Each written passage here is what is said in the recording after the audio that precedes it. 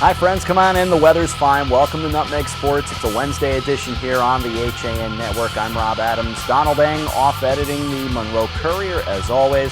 We'll get Dave Stewart back in here one of these days, but of course it being state tournament time, Dave has various and sundry games to be off and covering as well, so this is basically it, the last week for really all high school games in Connecticut. By the end of this weekend, we will be into full summer mode, and for us on the HAN Network, a couple more games still to call. We did some lacrosse last night. It was girls lacrosse in the Class L semifinals, and in the end, two games that were probably more competitive than folks thought. I thought, as we talked right here on yesterday's show, that Greenwich and Fairfield Ward would really be a coin toss, a 7-6 matchup, and two teams that played a fairly similar style, both played quite well, and it came down really to a late shot at the end. We'll check the highlights of that one in a moment.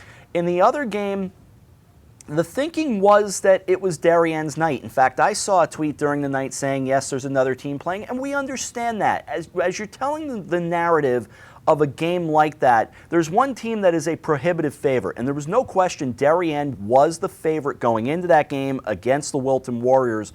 But look, the Warriors played a spirited game as best as they could. They did come up short, again, as you'll see in the highlights, and we'll talk a little more about Darienne's performance as well when we get through with those highlights.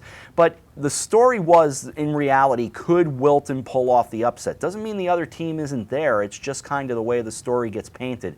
With all that said and done as kind of a prologue, let's check in with those highlights. Both games from last night give you a sense of what we saw right here on the HAN Network. The 2016 Class L semifinals in girls lacrosse on the HAN Network. Good afternoon, everyone. From the free position, 11 yards out, and indeed, there's the goal. McKenna to make it 1-0. Yeah, you had that great opportunity there in transition. And again, Ward prides itself. It's played great defense all year, holding opponents to very low goal totals, averaging, giving up about 7 goals a game. And the bouncer goes in, and it's a 2-1 game. Sheets working around to the right side. In a 2-2 game, 14:45 to go in the first half. Throwing it down and able to get the lead. It's a 3-2 game. Up high with Sheets. Sheets moves in, Sheets close, flag out, but a score. Put the flag away, 5-4. Sheets with her second, leaving only 11 seconds on the clock, and Ward taking the lead into the half. Second half.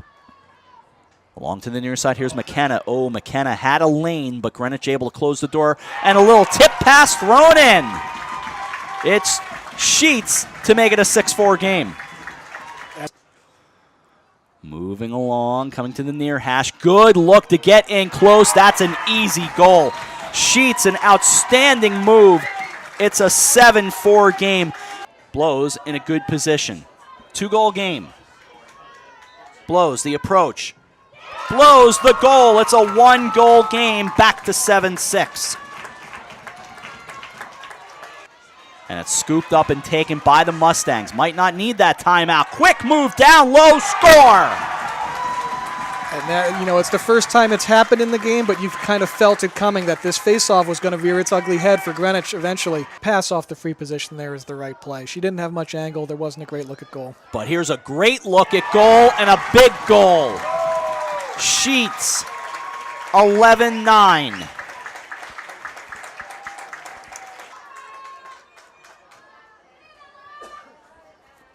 It's taking a long time. There's O'Gorman, and O'Gorman throws it right. Taken, second try. It's a 1-goal game with 46 seconds to go. Snitkov with that initial save, but the rebound was chased down by O'Gorman, and those are the plays she's been making all day. That second effort. It seems like a lifetime. Oh, the feed to O'Gorman was there, but they can grab it back. They've got 9 seconds to go. They've got to move for it. The whistle, and it's going to be picked up by Ward, and that will just about put a ribbon on it. It was there, and O'Gorman couldn't grab the loose ball. They have to play keep away with 5. Bring it over near side. It is grabbed by Greenwich, but with no time, Fairfield Ward on to the state championship. their opportunities a little better. Working down close and throwing it home for the first goal of the night. It's Katie Cronin, and it's 1-0 Blue Wave. And it looks like it's going to be a little bit of the former. Cronin and Kirby, the goals. Behind the net, Ropp, shoulder fake, gets in close, and that is all Susie Ropp, 3-0. This is almost, kind of reminiscent of pre-shot clock college basketball, that kind of thing. Breaking through, getting close, and able to take it away with Shudell. Paisley Egan got close that time, but it got spun around by the keeper for the Blue Wave. And that's the drawback to playing that kind of offense, is if you don't get a goal out of it, all you did was take a lot of time off the clock in a game that you're losing. And again, trying to be aggressive, the Warriors down to 8 to go first half. They trail 3-0, they're close, and they score! With 3.4 to go in the first half, it's a 3-1 game. They're going to play for 2 state championships this weekend. But here comes Katie Cronin. Cronin dancing. Cronin! Oh, that's so easy, 4-1.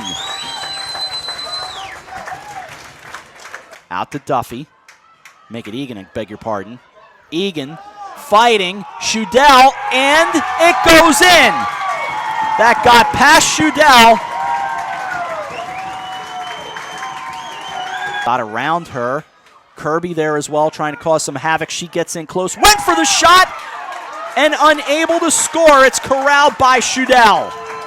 Big opportunity. I have to be honest, how did it not go in? I mean, big opportunity and maybe a bigger save. It didn't even look like Shudell got a piece of that to me at first, and it just floated there for a second. But Ropp looking at Kirby. Kirby about 5 yards away. She gets in close and scores.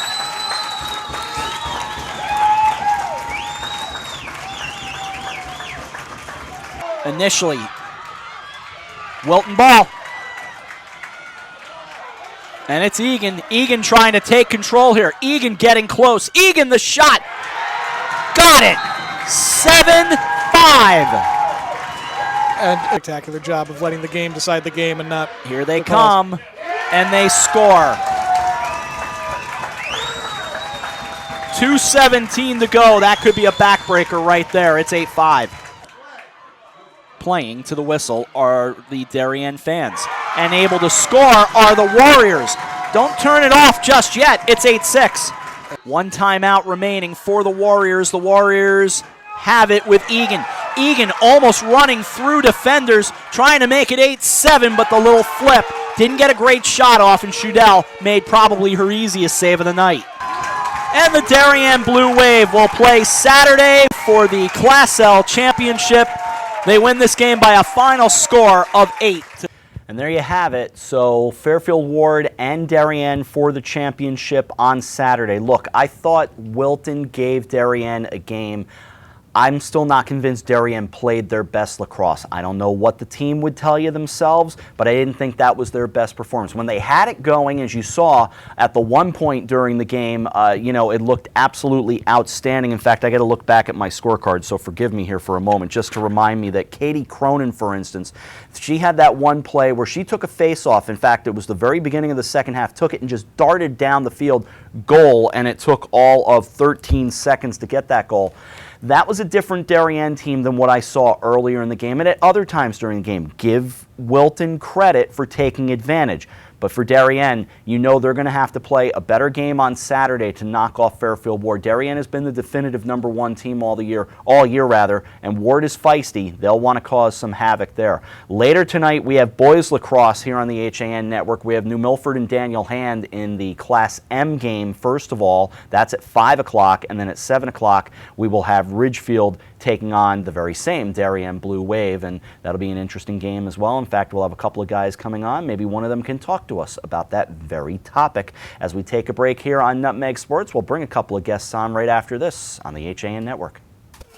Had a sports injury or slip and fall that needs immediate care? Coastal Ortho Express Urgent Care gives you direct access to an orthopedic specialist fast without an appointment. Biking, golf, tennis, soccer, whatever the sports injury is, sprain or fracture, Coastal Ortho Express can help. Coastal Ortho Express Urgent Care open Monday through Saturday in the iPark building at 761 Main Avenue in Norwalk, or go to coastalorthoexpress.com. That's coastalorthoexpress.com. Like them on Facebook.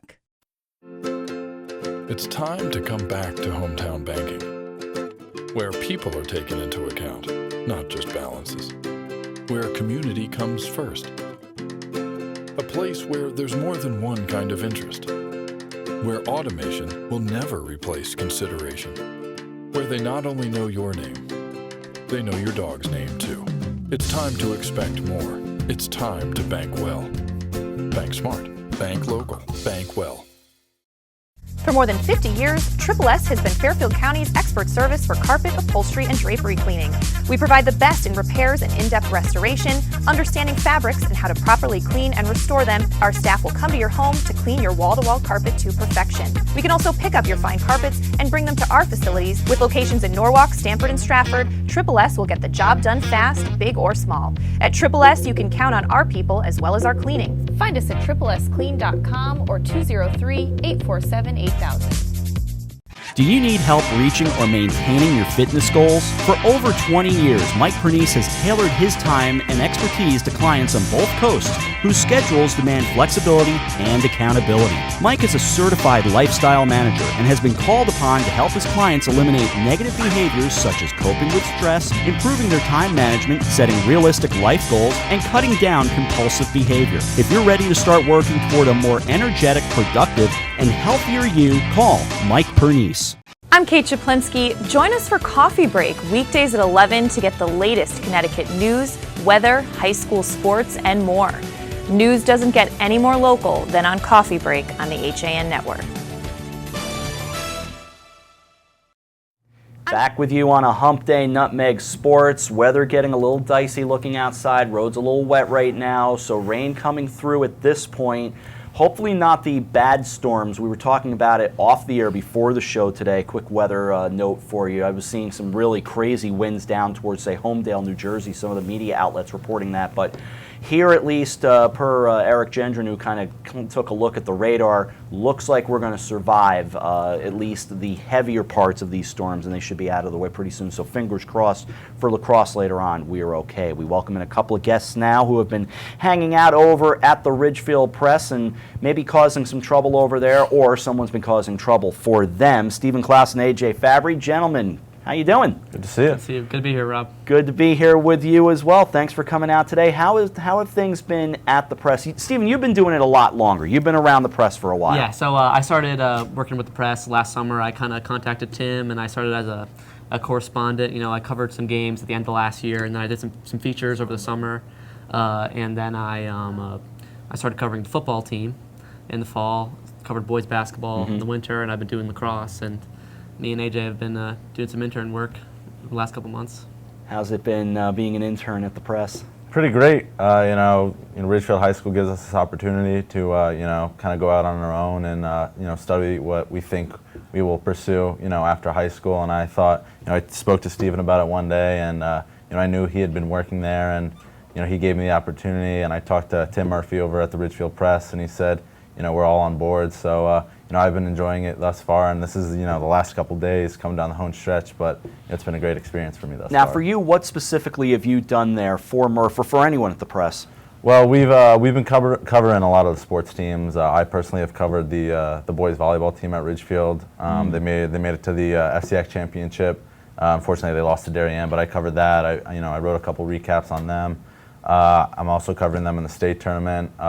We've also been working on a couple featured pieces for some local sports stories in town, and I know Stephen here has been covering the baseball team in our state and FCX playoff runs, and he's been covering the Lax team pretty much all year. So he's been continuing on with that. For AJ, it's a different kind of kind of a balance that you have to strike, because you're doing this, but you're also, as you said, Steven's covering the baseball team. You have to play on the baseball team. That's a whole different animal. Yeah, it is different. It gives you kind of an inside perspective on it when you're playing, you're out there on the field, and you're trying to get wins here and there. But then when you're kind of looking at it from the other side of the glass, when you're covering the team, you go and you watch them and you see what they're all about, and then you have to ask the right questions, and it kind of it serves as a balance, just how the media portrays athletes, and how you kind of pick the players or the coaches' brains. It's interesting to look at it from the other side of the looking glass. I always remember Joe Torre saying when he first came to the Yankees, he wouldn't read the press. He stopped reading the papers altogether. As an athlete, do you like reading it?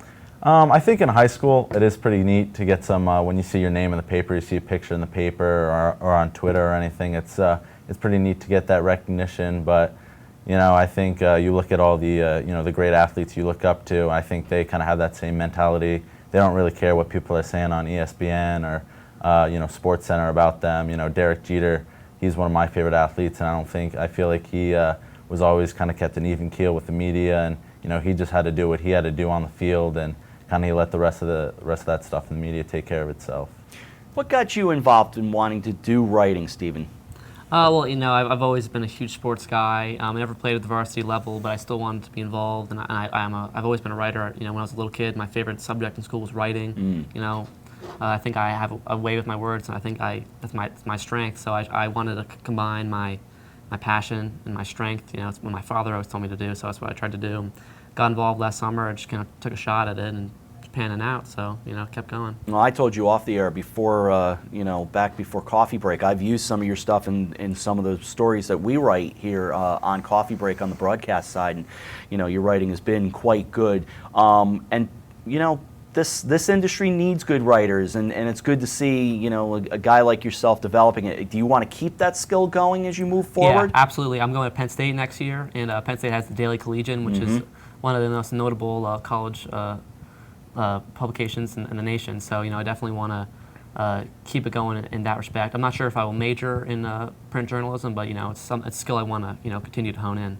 And in this day and age, the print journalist has to, whether they want to or not, they almost have to stick their toe into the electronic side as well. Is that something you've wanted to consider as well? Absolutely, yeah. Right now the plan is to do some broadcast journalism. Obviously get behind the camera. In that side of the industry. It interests me, plan on definitely developing some of those skills as well. AJ, what about you? What is it you want to do moving forward? Yeah, well, actually next year I'm going to be going to Syracuse University, and I got into the Newhouse School of Communications. Oh, so, yeah. Yeah, so pretty excited about that. Along with Steven here, I kind of want to enter into sports communications. Broadcast journalism, I think it's something that interests me, so I'm very excited about that opportunity next year. For folks who don't know, the Newhouse School at Syracuse is a very, very big deal. There are certain schools that they produce sportscasters or broadcasters in general, but sportscasters come from places like Syracuse, like Fordham. Missouri has become kind of a go-to. Northwestern off the top of my head. These are all schools that are producing really good broadcasters. We've seen kids going to Elon out of this area lately. Some of the guys that have worked with us here on the network. And by the way, Western Connecticut State University is not so bad as well. I just want to get that out there, for those of us who went there. But those are great schools, and you're both picking great schools to go to. And I know with Syracuse, they have one radio station that is specifically student run. Like when the Orange play their basketball games, you've got the student broadcasters, and then you got the pro guys. Is that something you want to see yourself maybe going toward? Yeah, definitely. I think that's why one of the reasons I chose that school is they just offer so much, all these opportunities, kind of give yourself this experience, in your 4 years at college. So when you get out into the real workforce, you're ready for that kind of stuff.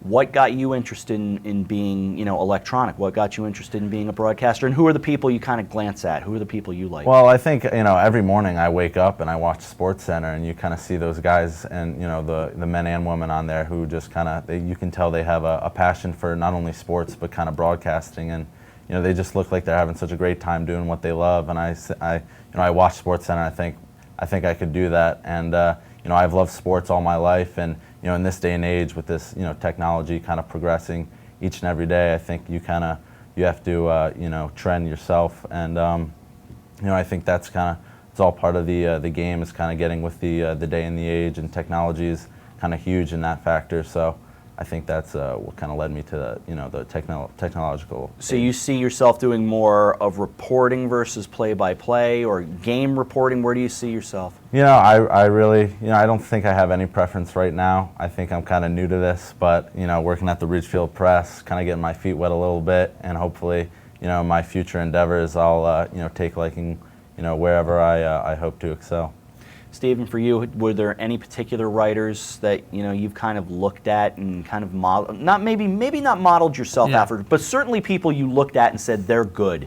Yeah, I mean, you know, my dad always busts my chops about this, but I love Colin Cowherd. Not much of a writer, you know, he's obviously an on-air guy, but you know, he's, you know, got his brash personality, but he's, you know, he's very straightforward, always speaks what's on his mind. I respect that about him. You know, he's an individual. He's you know, his own person. You can't point to anyone else and say, oh, you know, he's copying, you know, whoever. So, you know, I think if I am to go into the field, I want to, you know, be Stephen Klaus. You know, not a copy of someone else. Now, I know from stories I've heard that you know, broadcasters have been told there's one thing you bring in, and the same can apply to what you want to do. There's one thing you bring in that no one else brings, and the answer is yourself. I mean, that's all you guys can be. You know, in terms of the press, do you have a favorite story either of you have covered? You know, something that really stands out, and something that you would want to show to somebody when you leave here? Yeah, over the summer I covered, well, it kind of fell in our laps about this Richfield native who got into drugs. You know, had some problems with the law growing up, and you know, he's really down on his luck. Was in jail and rehab, but he's in his mid-20s now. You know, has been clean for a while, and he's been doing obstacle course racing, and he qualified for the World Championships over the summer, and did a feature on him, kind of talking about his life, and you know, I was, you know, having this in-depth, like, personal conversations with this guy, you know, I've never even met face-to-face before, and it was just crazy, you know, telling this guy's life story. And, you know, I applied for a journalism scholarship, and I used that as kind of like the centerpiece of what I was, you know, for the scholarship, and I won it, so that's kind of a... And these guys are doing just fine getting me into the segue as we get ready to take a break. What was the name of the award you won? I won the Bowden Kalinsky Sports Journalism Memorial Scholarship. That is a prestigious award. They're not going to say it. I'm going to say it for them. You have an honor as well. Let's not ignore you from the field. What'd you do? Yeah, I won you know, all-state honors for baseball for you know, Connecticut baseball this year. So pretty proud about that also. Tigers unfortunately came up just a little bit short, but that was a good baseball team to follow. I was hoping they'd do some big things as well. We have to take a break. We'll keep these guys here. We'll get into talking about tonight's lacrosse and maybe a few other things around Ridgefield and anything else. This is Nutmeg Sports on the HAN Network.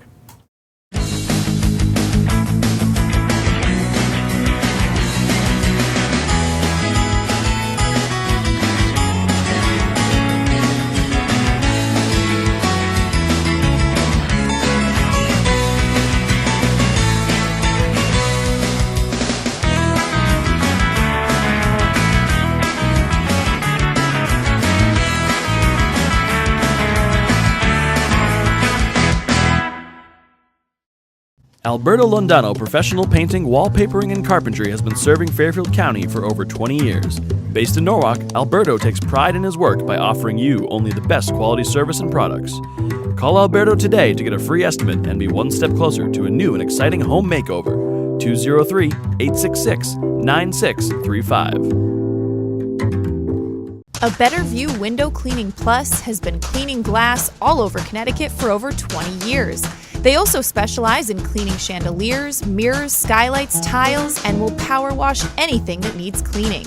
They hold an A+ rating with the Better Business Bureau and are fully insured and bonded. When you deal with the Better View, you're dealing with the best, not the rest. Call today for a free estimate, 203-284-8836, or visit them online, abetterviewcleaning.com. Walter Stewart's Market in New Canaan is your time-saving local shopping destination for the best of spring. Find many of your favorite products, from great specials on everyday items to the freshest organic produce, artisanal cheeses, and grass-fed steaks. Drop off your knives to be sharpened, grab a beautiful bouquet of spring flowers, and stop in next door for a wine tasting. Plus, their personable staff is always ready to lend a helping hand. So stop in to Walter Stewart's Market, 229 Elm Street today, or shop online at stewartsmarket.com. I'm John Kovach. I'm a newspaper editor. I'm a high school football coach. I'm a television presenter. And I want you to love fishing as much as I do. Tune in to Yankee Fisherman, Thursdays at 1 on the HAN network. It's like going to the tackle shop without leaving your office. I'm Back with you on Nutmeg Sports for our final segment on this Wednesday edition. I'm Rob Adams. Glad you're hanging around with us. We'll have Don and hopefully Dave back again in the future, and thanks to Eric Gendron for keeping things going on the other side. Now we've got lacrosse coming up in a couple of hours.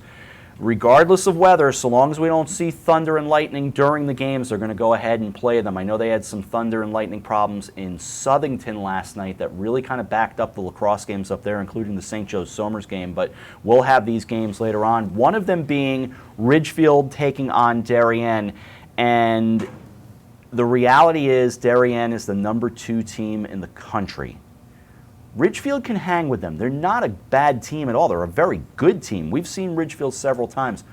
Stephen, you've been covering this team. What do they have to do to get past the Blue Wave? Yeah, well, I mean, I think they have a shot. When they played in the regular season, it was an 11-5 Darien advantage. Darien went on a 5-0 run in the first 5 minutes of the game. So after that, it's 6-5. So they gotta not play skittish. They gotta come out, firing, because they have their zone defense, and that's been their backbone of the season. It's been great all year long, and Chris Clemens been fine in goal. But they got to come out swinging. Gallioni, Mark Gallioni, Skylar Blair, Peter Dirth, those guys on offense, they need to step up. Yeah, I agree. I think that's everything they need to do, and they need to have a defensive presence as well. I mean, that's a big factor in this game to slow down, some of the. I mean, Jack Niffen has just been so incredible all year, and so those are the guys you got to keep an eye on from a Darien point of view if you're the Ridgefield defense, and getting through the Darien defense won't be easy either. No, not at all. You got Mark Ivanchek, obviously one of the best defenders in the country back there. So absolutely true. AJ, are you a lacrosse guy? First of all, you're a baseball guy, so I get it. Yeah. Well, I mean, we're all pretty close up there at Ridgefield, so I know I'm pretty good buddies with a bunch of guys on the team. I know number 55, Pete Dirth, standout player, but what people don't know about him is that he's a huge SpongeBob fan, and he also has he's got great hair and a great personality. I mean, isn't that everything right there? Yeah, he's what don't you like about him? Has he ever told you his favorite SpongeBob episode? I believe it's the which one is it? The bowl one, right? Where they come out at the halftime of the football bubble bowl, yeah, and they play at halftime. I think that really. I'm pretty sure he listens to that song before every game, and he watches that scene just to get him fired up. Everybody's got their kind of walk-up music. I don't know that I've heard that SpongeBob SquarePants theme song would work as a walk-up music, but hey, why not? It works. What was your walk-up music? What got you psyched up? Well, actually, we had walk-up songs. We were fortunate enough to have walk-up songs at our home baseball field, and mine was the classic Usher throwback, "Yeah," with Lil Jon and Ludacris. So that was really kind of got me going before every at-bat. Very nice. Yes. And by the way, there is a Fabry in the coaching family, is there not? Yes. Well, there's actually multiple. Yeah, That's right. My dad was my coach this past year for baseball at Ridgefield. He's questionable, some questionable calls there. But my mom is also the head coach at Quinnipiac University, the women's basketball team. So she's been there for 22 years. So she's doing just fine herself. I know your dad because I've covered your dad. In fact, I did some freelancing for Murph at the Press, so I covered the Ridgefield baseball team a couple of years ago, and great guy to work with. How is it to play for him? I've been doing it my whole life, and sometimes he is a little tough on me. Sometimes there are some long car rides home after a couple not my best performances, but I think it's all been a learning process, and now it's kind of in retrospect looking back on it, because unfortunately I won't be able to play any more games with him in the third base box. But it was always a great experience, and I really think it brought us close. Sports has really brought my family together in so many ways, and that was just kind of another aspect of it. Just playing 2 years of varsity baseball for my dad was a pretty surreal experience. Are you going to stay involved in athletics somehow? Keep playing, even if it's pickup games? Yeah, I mean, pickup, intramural, anyway, just kind of stay active, kind of avoid the freshman 15 in college somehow without a regiment up there. But it's definitely stay active, and I love competing. So hopefully I'm a golfer, and I'm trying to get him out on the links. There you go. Yeah. How good are you out in the golf course? I'm all right. Working on getting my handicap down, but solid so far. You're not playing yet? I mean, I'll probably get there. Maybe out over the summer. I'll hit up the links with him. You always have to have the right playing partner out there. Yeah, that's true. That makes a big difference because you don't want to necessarily go out and play with a player that's that much better, and then it's just that's a whole difference. He's got to do some work to play with me. He's definitely getting his head though a little trash talk. That's key. Yeah, it is. That's key for you guys. So you mentioned Derek Jeter. You're a Yankees guy? Absolutely. That's a good man right there. Eric Gendron's not even listening to you. That is a good man right there. Are you a baseball guy also? Yeah, I am a Yankees fan as well. My people, right there. Got to tell you that. We've got to get out of here to go over and do lacrosse, but you guys have been great fun. I'm sorry it took this long to get you over here. We should have done it even sooner. No But problem at all. Great stuff from both of you. And, you know, we say it all the time, and not enough do this, but after you leave, stay in touch with us, you know. Let us know. Come on the show with us. Come back when you're around. We'd love to have you. Absolutely. It's been great, Rob. And they're going to both be in the business, so that's what we want to see. Great show today. We are back with you on Monday, but more importantly, we are back with you in just a couple of hours from Rafferty Stadium. And by the way, it is picking up very hard outside, so here comes the rain just in time for us to walk out the door. But Rafferty Stadium in a couple of hours for lacrosse. Game number 1 will be New Milford and Daniel Hand, and then Ridgefield and Darien for the nightcap. For AJ and Steven, Eric, Kate, the entire crew here, I'm Rob Adams. Enjoy your afternoon. We'll see you at 5. Thanks for watching Nutmeg Sports on the HAN Network.